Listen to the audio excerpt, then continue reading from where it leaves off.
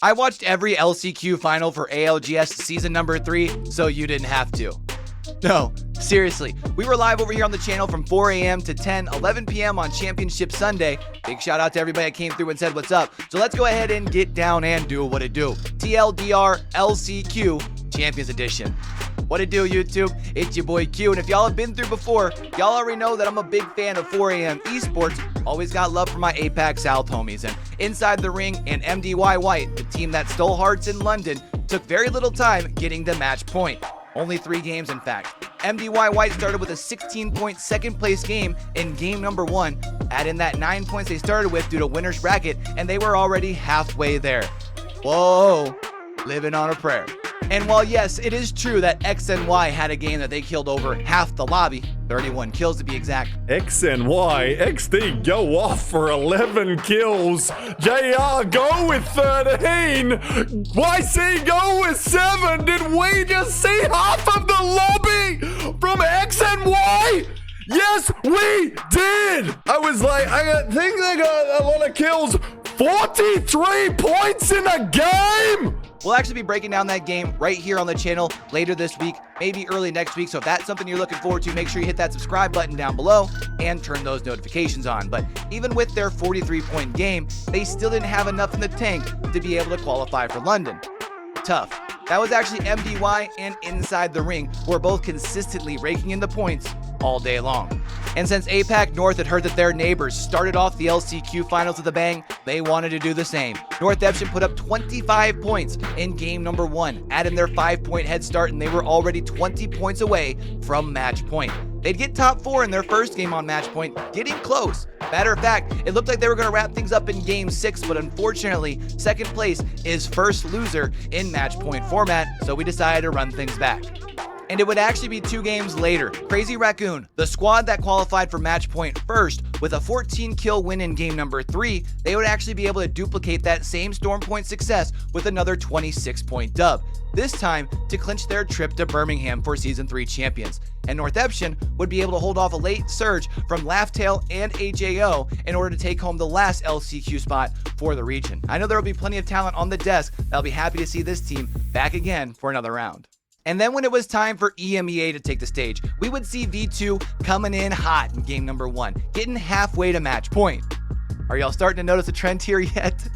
But unfortunately for V2, after that first game, they were relatively quiet. Same could be same for Vexed, who actually went on with a 24-point game in game number 2, putting them at 35 after just 2 games. But they wouldn't cross that match point threshold until game number 7. But it would actually be Gonext in game number 8 to wrap things up with the match point dub, which would bring us to a tie actually for our second and final LCQ spot for EMEA. Cites and Entropic both finished with 64 points, and both had won a game, games 6 and 7 actually. But thanks to the 10 kills for Cites in their win, compared to just the 6 that Entropic got during theirs, it will be Cites who will be getting their trip to Birmingham. But it got me thinking, YouTube, should the tiebreaker in a qualifying series like this one be the highest kill game, or should it be the most kills over the entirety of the series? Because if it was the second, it would actually be Entropic going to Birmingham instead of Cites. Let me know down in those comments below. And remember that trend that we were talking about just a little bit ago?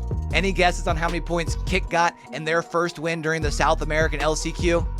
That's right, 20 plus points, 22 to be exact. This time, Kick seemed to be on a whole nother level. But after I found out that they had the former Singularity coach, Tur0gh, it all kind of made sense. And talk about a cool story getting released from your team after your team has made the qualifications for Champions just to take over that coaching spot for another team and still punch your ticket. Really cool for Tur0gh, man. And it's crazy to think that we will not be seeing Noctem Esports, the squad formerly known as Godfire, at Champions. That's probably my biggest surprise from the LCQ weekend, but I did call Start a Fight being one of the 2 squads to qualify, so at least I got one of them, right? As it will be them and Kick coming to Birmingham for South America. And that's just going to leave us with North America, a region filled with a surprising amount of Challenger Circuit teams in that grand final. I'm kind of curious what you guys think that means, seeing the most Challenger Circuit teams in the region that's generally seen as the toughest, right? It feels like we should have been seeing more of those pro league teams like we did in some of the other regions. But let me know down in those comments below what your guys' thoughts are on that. But in North America, it was Stallions that would start off hot, since apparently you can't start an LCQ finals this time around without a 20+ score. Stallions were also the first one to match point after game number 4 going into game number 5, but unfortunately for them, they were unable to do enough to earn their ticket to Birmingham, only adding a single point over the course of the next 2 games. And it would actually be the dojo qualifying for match point after game 5 going into game number 6, able to come out with the dub. Over the course of that 6th game, we also saw DNO do enough in order to punch their ticket to champions as well. It might have been dojo. I mean, bro, we could win off that. If that's dojo, we won. If that's dojo, we literally got second. Yeah! Wait, what? Wait, we made it! Let's fucking go, boys! Let's go! Yes! Gotta say, I can't wait to hear the ALGS crowd just one time yell out, "Doop!" One time for the one time at Birmingham. And I mean, Timmy, let's be honest. Yeah, we saw the Des glamoring enough over his story, but who doesn't love a good comeback story? And of the NA teams during the LCQ, they definitely felt like they were the most pro league ready. And so that's going to get us our 10 LCQ winners that will be joining our 30 teams already qualified for champs. Here on the screen is actually going to be those groups for champs right now for you. Minus Tempo had also posted that scrims are going to be starting up August 7th. We probably won't watch the full month of scrims, but we'll probably tune into the last couple of weeks with some watch parties and of course watching all 5 days of champs right here. But until we catch y'all back over here on the channel or wherever we cross paths next, man, don't forget, with everything crazy going on in the world today, be true, be you, be sincere, game hard and love hard. All right, y'all, it's your boy Q, signing out.